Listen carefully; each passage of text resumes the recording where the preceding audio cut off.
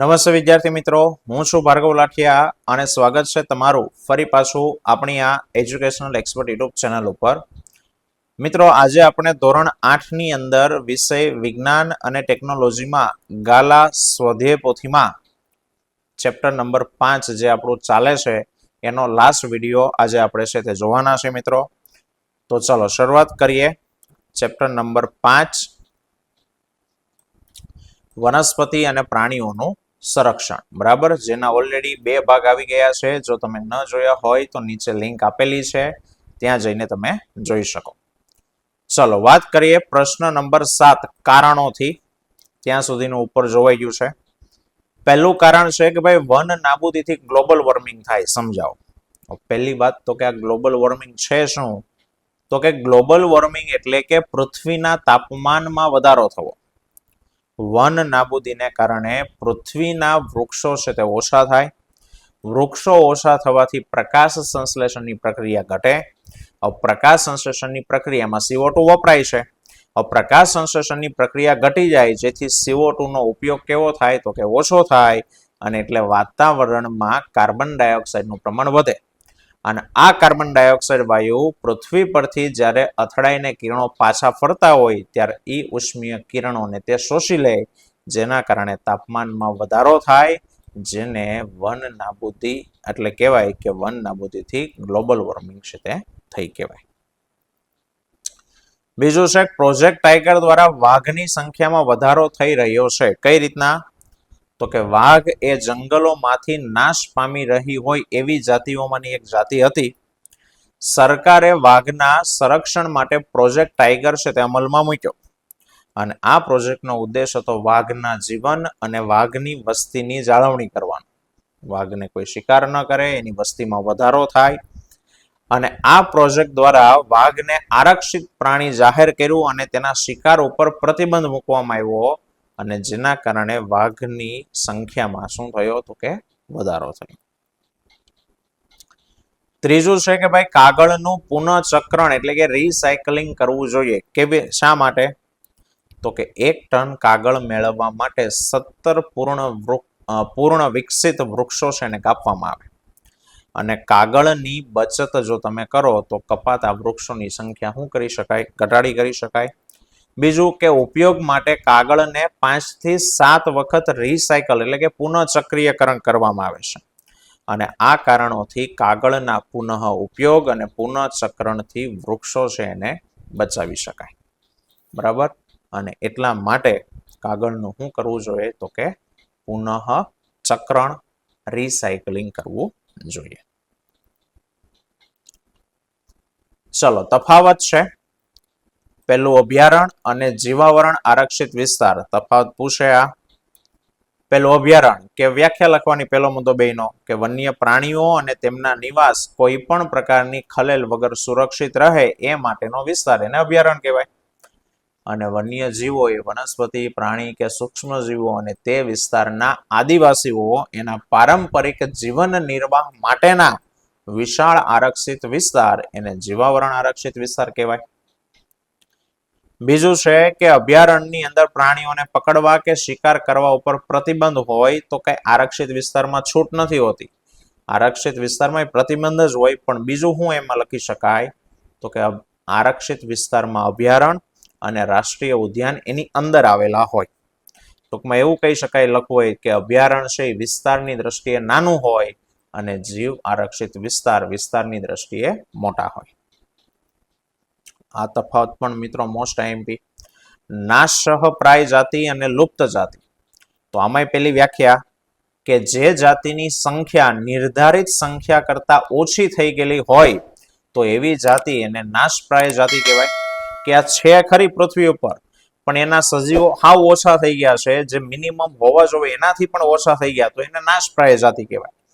અને લુપ્ત જાતિ કે ભાઈ પૃથ્વી પરથી અસ્તિત્વ ગુમાવી ચૂકેલી જાતિ, કે હવે એ સજીવો પૃથ્વી ઉપર છે જ નહીં, એને લુપ્ત જાતિ કહેવાય. બીજું છે કે ઉદાહરણ વાઘ, સિંહ, હાથી, સાબર, જંગલી ભેંસ વગેરે નાશપ્રાય જાતિ છે, જ્યારે ડાયનાસોર એ લુપ્ત જાતિ છે. પૃથ્વી પર કઈ ડાયનાસોર છે નહીં. ચલો જોડકામાં તો કે કાજીરંગા શું છે મિત્રો? રાષ્ટ્રીય ઉદ્યાન છે. ધ ગ્રેટ નિકોબાર તો કે બાયોસ્ફિયર રિઝર્વ છે. બરાબર. લોકચાવ એ વન્ય જીવ અભયારણ્ય અને પશ્ચિમ ઘાટ તો કે સમૃદ્ધ જૈવ વિવિધતા ધરાવે છે. અભયારણ્યમાં શું છે નીચેનામાં? તો કે પ્રાણીઓ અને તેમના નિવાસ ખલેલથી સુરક્ષિત રહે એને અભયારણ્ય કહેવાય. રાષ્ટ્રીય ઉદ્યાન તો કે પર્યાવરણના સંપૂર્ણ નિવસન તંત્રનું સંરક્ષણ થાય. પ્રાણી સંગ્રહાલય તો કે પ્રાણીઓનું રક્ષણ અને એને ત્યાં પોષણ એટલે કે બહારથી ખાવાનું આપવામાં આવે. અને જીવાવરણ તો કે સજીવોનો વસવાટ સૂચવતો ભાગ એ જીવાવરણ છે. ચલો અને લાસ્ટ મિત્રો પ્રશ્ન નંબર 10 મુદ્દાસર ઉત્તર આપો. 4 ગુણના પ્રશ્નોમાં પહેલું છે કે ભાઈ વન નાબૂદીના પરિણામો જણાવો. મોસ્ટ આઈએમપી સવાલ 4 માર્ક્સ માટે કે ભાઈ વન નાબૂદીથી શું થાય? જંગલો તમે કાપો તેનાથી શું થાય? તો કે એક મુદ્દો એક નવી લાઈનમાં લખતો જવાનો કે વન નાબૂદીને કારણે પહેલું વાતાવરણમાં CO2 નું પ્રમાણ છે તે વધે. CO2 વધે એટલે પૃથ્વીનું તાપમાન છે તે વધે.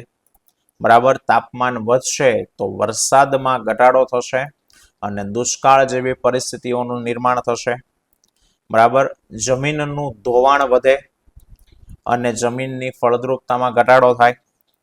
જમીનની પાણીનો સંગ્રહ કરવાની ક્ષમતા છે તે ઘટી જાય અને ફળદ્રુપ જમીન જે છે એ રણમાં ફેરવાતી જાય. જમીનમાં પોષક તત્વોનું પ્રમાણ ઘટી જાય. જમીનનું બંધારણ બગડે. જંગલોને કાપી નાખો એટલે વન્ય પ્રાણીઓના નિવાસ દૂર થાય અને તેમનું અસ્તિત્વ જોખમાય. આ સિવાય એમ પણ લખાય કે સાહેબ વન નાબૂદીને કારણે પૂર આવે. તમને પ્રશ્ન થશે કે સાહેબ તમે એક બાજુ અહીંયા એવું કહો છો કે વરસાદની અંદર ઘટાડો થાય અને બીજી બાજુ એમ કહો પૂર આવે. હવે બે બાજુ કેમ ડાકલી વગાડો તમે? મિત્રો એવું છે કે એક તો જંગલો નહીં હોય એટલે વરસાદ આવશે નહીં. એ વાત આપણે જોયું કે વરસાદ કઈ રીતે ઘટે. પણ હકીકત એવી કહે છે કે સાહેબ જો તાપમાન વધે ને, ગરમી જેટલી વધારે પડે ને એટલો ચોમાસામાં પાછો વરસાદ વધારે પડે. વરસાદ વધારે પડે, હવે જંગલો છે નહીં તો થશે એવું કે જંગલો જો હોય તો એ પાણીને જમીનમાં ઉતારે. એના મૂળ છે એ પાણીને જમીનમાં ઉતારવાનું કામ કરે અને પાણી વહીને જતું હોય તો વૃક્ષો આડા હોય તો પૂર જેવી પરિસ્થિતિનું નિર્માણ ન થાય. પણ જંગલો નહીં હોય તો પાણી વહીને જાય. બરાબર. જમીનની આ જે કીધું એ બધી અસરો થાય અને પૂર છે તે આવે. પાણી ભૂગર્ભમાં ન ઉતરે એટલે પૂર જેવું પરિસ્થિતિનું પણ નિર્માણ થાય. ચલો અને બીજો પ્રશ્ન છે પચમઢી જીવાવરણ આરક્ષિત ક્ષેત્ર સમજાવો. તો પહેલા પાછી વ્યાખ્યા કે વન્ય જીવો એટલે કે વનસ્પતિઓ અને પ્રાણીઓ તેમજ તે વિસ્તારના આદિવાસીઓના પારંપરિક રીતે જીવન નિર્વાહના હેતુ માટેનો સુરક્ષિત વિસ્તાર એને જીવાવરણ આરક્ષિત વિસ્તાર કહે છે. પંચમઢી જીવાવરણ આરક્ષિત વિસ્તારમાં સાતપુડા નામનો એક રાષ્ટ્રીય ઉદ્યાન પણ આવ્યો છે. બોરી અને પંચમઢી નામના 2 અભયારણ્યો પણ આવેલા છે. હવે ત્યાંના પ્રાણીઓ કયા કયા છે? વનસ્પતિઓ તો કે સાલ, સાગ, આંબો, જાંબુ, હંસરાજ, અર્જુન વગેરે પચમઢી જીવાવરણ આરક્ષિત વિસ્તારની શું છે? તો કે વનસ્પતિ સૃષ્ટિ છે. પ્રાણીઓમાં ચિંકારા, નીલગાય, બાર્કિંગ ડિયર એટલે કે ભસતું હરણ, ચિત્તલ, દીપડો, જંગલી કૂતરો, વરુ અને એ બધા પંચમઢી જીવાવરણ આરક્ષિત વિસ્તારના શું છે? પ્રાણીઓ છે. અને ત્યાંની સ્થાનિક જાતિઓ કઈ હતી? તો કે સાલ, જંગલી આંબા, બાયસન એટલે કે જંગલી બળદ, ભારતીય વિશાળ ખિસકોલી, ઉડતી ખિસકોલી એ બધી પંચમઢીની સ્થાનિક જાતિઓ કહેવાય. બરાબર. તો મિત્રો અહીંયા આપણું આ ચેપ્ટર નંબર 5 છે તે સંપૂર્ણપણે પૂરું થાય છે. આવતા વિડીયોમાં ફરી પાછા મળીશું. ત્યાં સુધી જય હિન્દ, જય ભારત.